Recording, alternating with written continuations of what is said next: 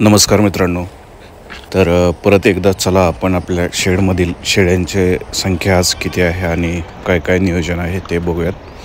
कारण प्रत्येक वेळेस महिन्या 2 महिन्याला शेडमध्ये उलाढाल होत असते. शेळ्यांची संख्या कमी जास्त होत असते. नवीन टाईपच्या शेळ्या येत असतात किंवा बोकडांची खरेदी कमी जास्त होत असते. थोडंसं मार्केट पण कंडिशननुसार कमी जास्त राहतं. जसं की ज्यावेळेस सिलेक्शन वगैरे होतं त्यावेळेस बाहेर खूपच डिमांड होते आणि आमच्या शेडमध्ये चक्क शेळ्यांचा किंवा बोकडांचा स्टॉक्स, पर्टिक्युलर बोकडांचा स्टॉक्सच राहिला नव्हता. मीन्स एवढी डिमांड होती. तसे लोक शेळ्या फक्त पाळण्यासाठी नेतात आणि दुसरं कशासाठी नाही. तुम्हाला जर शेडमध्ये असं साईडला ते पिवळे कागद वगैरे लावलेले दिसत होते, तर मित्रांनो सध्या हे थंडीचे दिवस आहेत आणि खूपच भयानक थंडी कधी कधी पडत आहे. फक्त शेळ्यांच्या पिल्लालाच नाही तर इव्हन मोठ्या शेळ्यांना पण थंडीपासून संरक्षण करावं म्हणून आम्ही शेडच्या साईडला ते कागद लावले होते, जेणेकरून त्याची थंडी पिल्लांनाही लागत नाही आणि शेळ्यांनाही लागत नाही. नाहीतर अशा वेळेस बरेचसे शेळ्यांचे पिल्ले आजारी पडतात आणि त्याचा तुम्हाला खूप मोठा तोटा सहन करावा लागतो. कधी कधी त्यांचा आजार कंट्रोल होत नाही आणि ते मृत पण पावले जातात. तसंच मित्रांनो, तुम्हाला इथे शेडमध्ये शेळ्यांचे वेगवेगळ्या कप्प्यामध्ये वर्गीकरण करणं खूप आवश्यक आहे.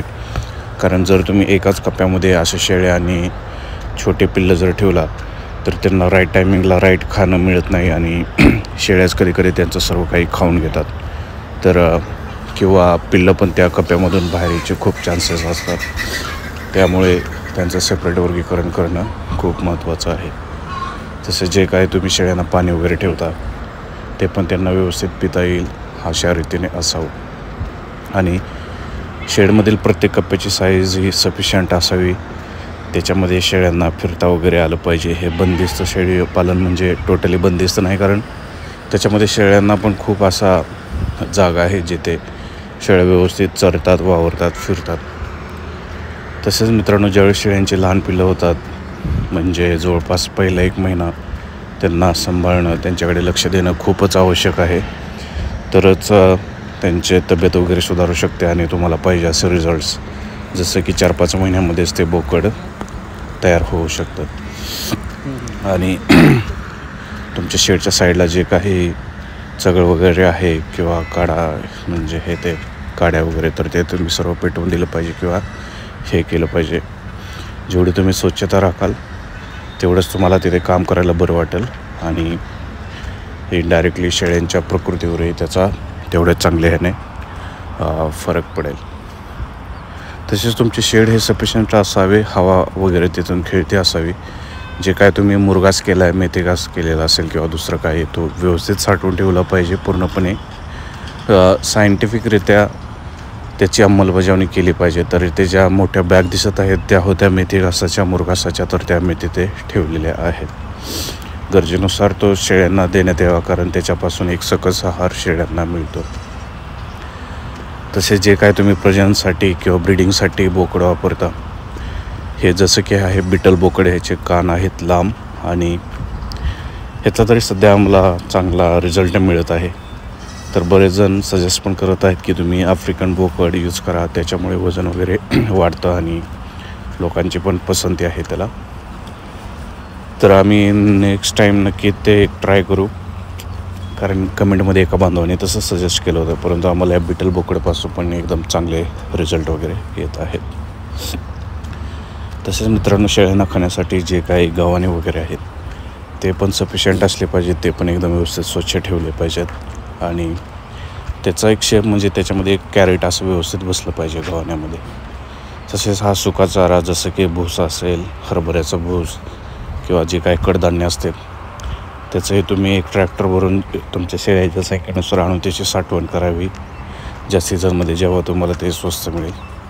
कारण असं केल्याने शेळ्यांना जे काय प्रथिन, प्रोटीन्स वगैरे जे काय बॉडीला आवश्यक असतं ते सर्व काही मिळतं. आणि ह्या साईडच्या आहेत त्या मुरघासाच्या बॅग आहेत जिथे काय आम्ही मका केली होती आणि त्याच्यापासून ते तिथं ठेवलेले.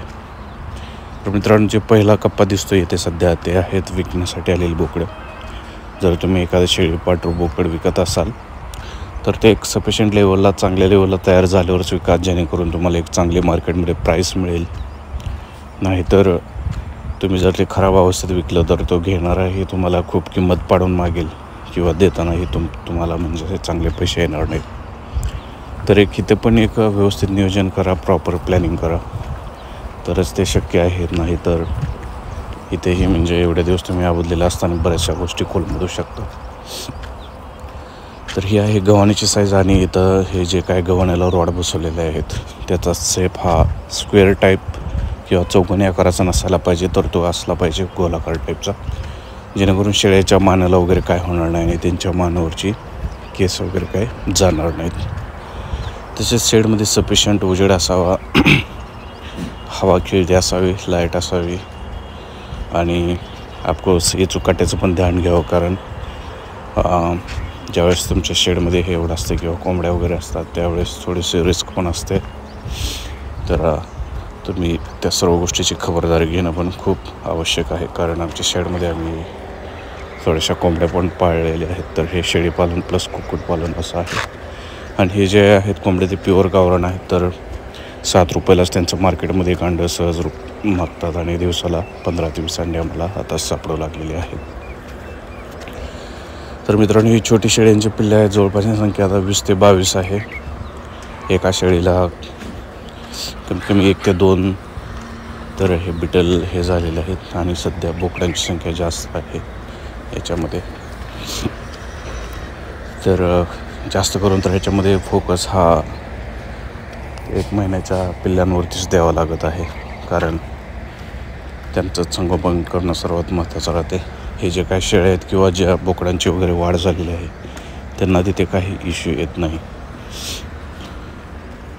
आणि हे जे काही शेळीचे पिल्लं आहेत त्यांना राईट टायमिंगला दूध देणं आवश्यक आहे. काही शेळ्या ज्यावेळेस त्यांचं पहिले येत असते किंवा दुसरं येत असते, शक्यतो पहिल्या येतालाच ते लहान पिल्लांना दूध वगैरे पाजत